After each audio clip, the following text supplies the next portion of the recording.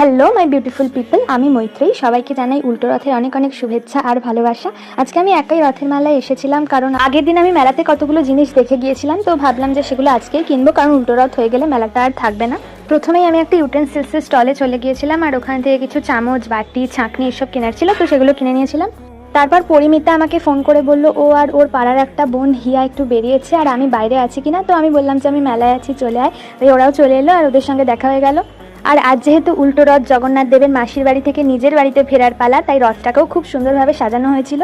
প্যান্ডেলের কিছু স্পেশাল সাজ তখনও বাকি ছিল, তাই ডেকোরেশনের দাদারা সেগুলো সব করে নিচ্ছিল।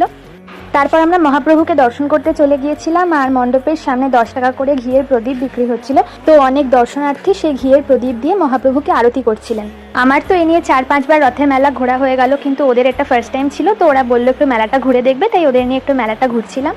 তারপরে আমরা কেসি দাসের মিষ্টির স্টলে চলে গিয়েছিলাম, আর ওখানে না একটা অফার দেওয়া হচ্ছিল। 27শে জুলাই জগন্নাথ দেবের রসগোল্লা ভোগ উপলক্ষে রসগোল্লা 50% ছাড়ে বিক্রি করা হবে, মানে 14 টাকা রসগোল্লা 7 টাকায় দেওয়া হবে।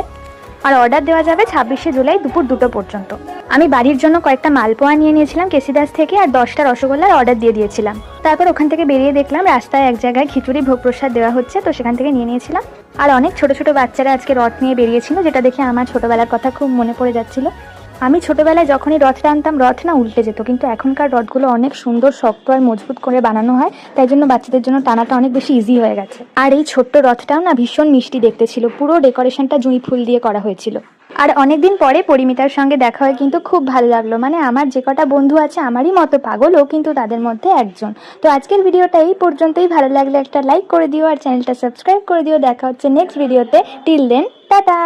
সবাই খুব ভালো থেকো, সুস্থ থেকো আর সবাইকে আনন্দে রেখো।